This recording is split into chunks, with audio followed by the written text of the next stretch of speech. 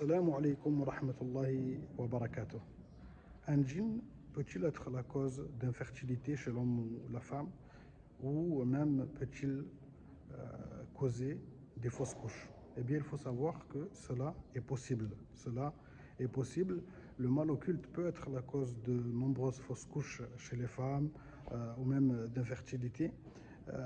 Que cela soit un mas ou bien un sihr ou bien un ayn, un mauvais œil, tout cela peut être la cause de ce que nous avons cité précédemment. D'ailleurs, il y a même un hadith rapporté par le Bukhari et Muslim, lorsque Asma, radiallahu anha, qui était enceinte de Abdullah ibn Zubayr, lorsqu'elle a fait la hijra, elle était bientôt donc à son terme.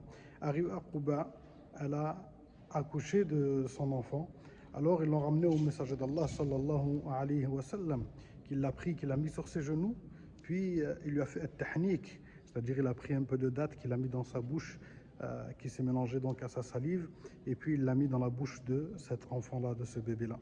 Puis il a fait des invocations pour lui, il a demandé la baraka d'Allah Azza wa Jal pour lui. Puis Asma dit que les gens étaient très contents, ils étaient très heureux. Pourquoi?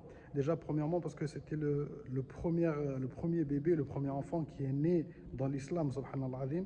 Et elle dit que les gens étaient très contents parce qu'il avait été dit que les juifs de Médine, sûrement, avaient fait de la sorcellerie afin que les musulmans n'aient pas d'enfants, n'enfantent pas, subhanallah alim.